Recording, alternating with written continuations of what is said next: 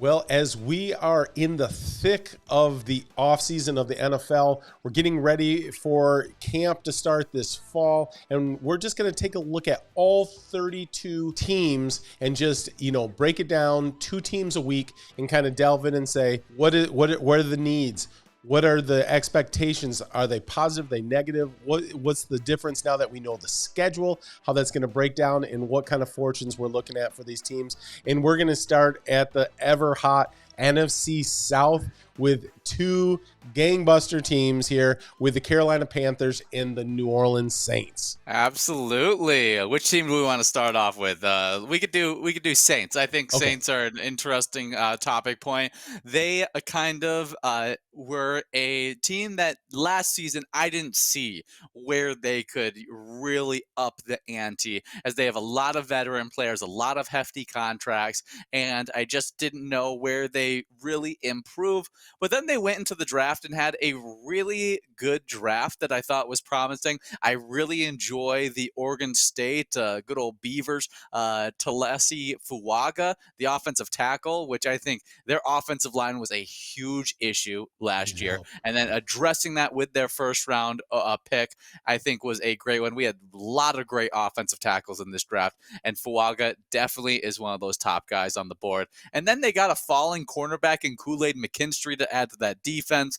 And then Spencer Rattler, I think, is the last one I would know on that draftee list, as he can kind of develop behind a Derek Carr, who has just not looked like the same Derek Carr we saw maybe 3 or 4 years ago. No, there's no doubt Derek Carr, we expect good things out of Derek Carr. He's played at an all-pro level in the past. He's getting a new offensive system this year. We don't know if that's a good thing or a bad thing yet. We're going to figure that out as the season progresses, but it's not going to be an easy start to the season. They've got a tough front-end schedule with a lot of last year playoff teams, and so it's going to be baptism by fire for these Saints. We're going to see if that offensive line, did they make enough improvements to really be able to protect Derek Carr, because you really wouldn't want to see Spencer Rattler thrown in early. He's got NFL potential, but he needs to sit and he needs to progress in that system. Great guy to learn behind Derek Carr, good character guy on and off the field, and you expect him to have a rebound season maybe if he can get that protection up front. So it's going to be a challenge at the beginning of the season. If they can come out with some wins in the first half of the season, then look for them to make a push. It doesn't take a lot to get to the top of this division necessarily. There is some quality teams, but it's not the most talented division in the NFL, that's for sure. And so, if they can do some things in the early part of the season, they don't come out with a really bad record in those first 8, then look for the Saints to actually make a push for this division. I really think it all stems off the offensive line, though. I think that's going to be the determining factor of whether this team can win, a good amount of games, one that you can say, oh, this team improved, or if this team is going to continually get worse, because you want to open up those holes. You have Alvin Kamara, who is one of the best offensive weapons in the NFL. He's been for a long time now, one of the top running backs in the league, and you got to open up holes for him. He's great at making people miss, but he's got to be able to get into that second level on a consistent basis, open up his the play action game for a Derek Carr, who maybe not be what he once was, but if he has a run threat that can draw those linebackers down, he can still take advantage of those opportunities. And so I think that all stems off of the offensive line being able to hold up protection and open up those holes for that offense. Yeah, I couldn't agree more with that analysis. I think if Derek Carr can get the protection, that he can have that time in the pocket to read the defense, he can still perform at a top 16 in the league level if he's got that time. If not, if he's running for his life, I just don't know that he's going to really produce where you need him to be at as a Saint.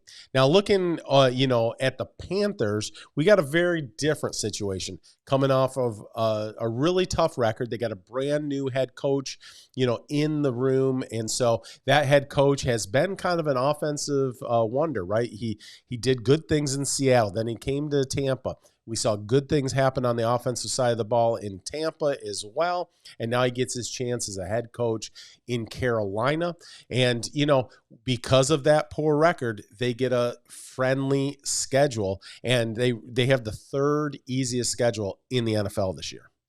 Oh, absolutely. I think that's a good spot for them to be at. Being in an easy schedule lets those guys develop. I am not yet to throw in the towel for Bryce Young. We saw him be super productive he's been a winner everywhere he's been at. I mean, Yeah. you talk about at the high school level, he was playing at the toughest spot in California at one of the best teams. He was very productive there. Then he goes to Alabama, one of the toughest spots for QBs to develop because you're playing in the SEC. He wins there. And I think that he's just got to have a little bit of time in that South Carolina offense, as well as to develop some talent around him to be able to show off all that talent that he has. As he just didn't have the weapons, I thought, out there. As he had Adam Thielen and DJ Chark being his 1-2 weapons out there. And I think they really did a lot of great stuff to rectify some of that there as they went out there and drafted Xavier Legette in the first round.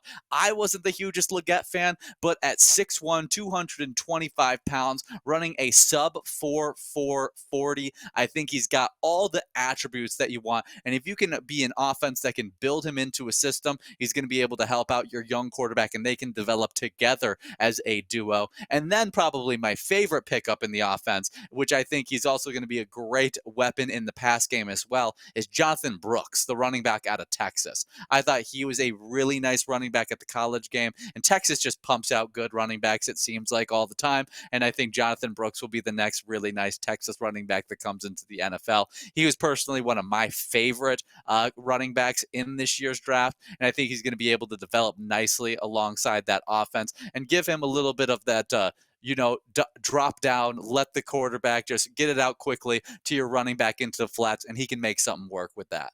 Yeah. What is the security blanket for a quarterback? You give him a nice running back. You give him a big target with over-the-top speed to open up that for those guys that are kind of sure-handed number 2 guys that had to play a number 1 role last year. Well, now you get, those opportunities to, help that young quarterback develop and kind of be in a little more secure situation. If the offensive line can keep him upright and not, have him looking, up at the sky at the end of plays, then look for a much better year out of Young. And I think that with that favorable schedule, they win a few games and they're going to get their confidence up. And confidence is so huge, obviously, in life in general, but definitely in the NFL. And so when you get that confidence up and they start thinking that they can win and that they can play with these guys, I think a lot of things can happen. So I definitely look for an uptick for these Panthers this year. Should look better than the 2023 version of the Panthers, and maybe the best since before the 2017 season, last time we saw them playing winning football. I mean, it's not easy to improve from last year, 2-15. So I think you could definitely is the only way is up, unless you want to be what was that year the Lions went 16-0. Right. Unless you want to be that. But I think Carolina Panthers, only thing is up, good record, a quarterback that's young and developing, and you've put weapons around him. I see the Panthers being able to maybe get themselves out of last place in this conference. We'll see. That'd be exciting for those Carolina fans, and so that's 2 of this NFC South division. We're going to be coming at you with the next video with the other 2, Tampa Bay Buccaneers and the Atlanta Falcons. Got some fun, exciting things to talk about.